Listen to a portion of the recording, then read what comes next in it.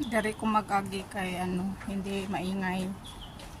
Kasi doon sa national, sa highway, ang ingay, ang daming sasakyan.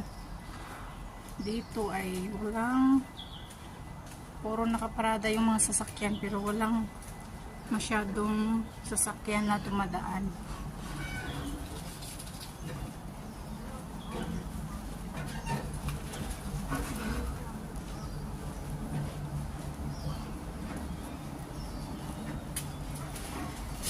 Maglakad lang ako galing dito sa Tukwawan to Humantin kasi maganda ang weather, hindi mainit, pero kaninang umaga ay maulan.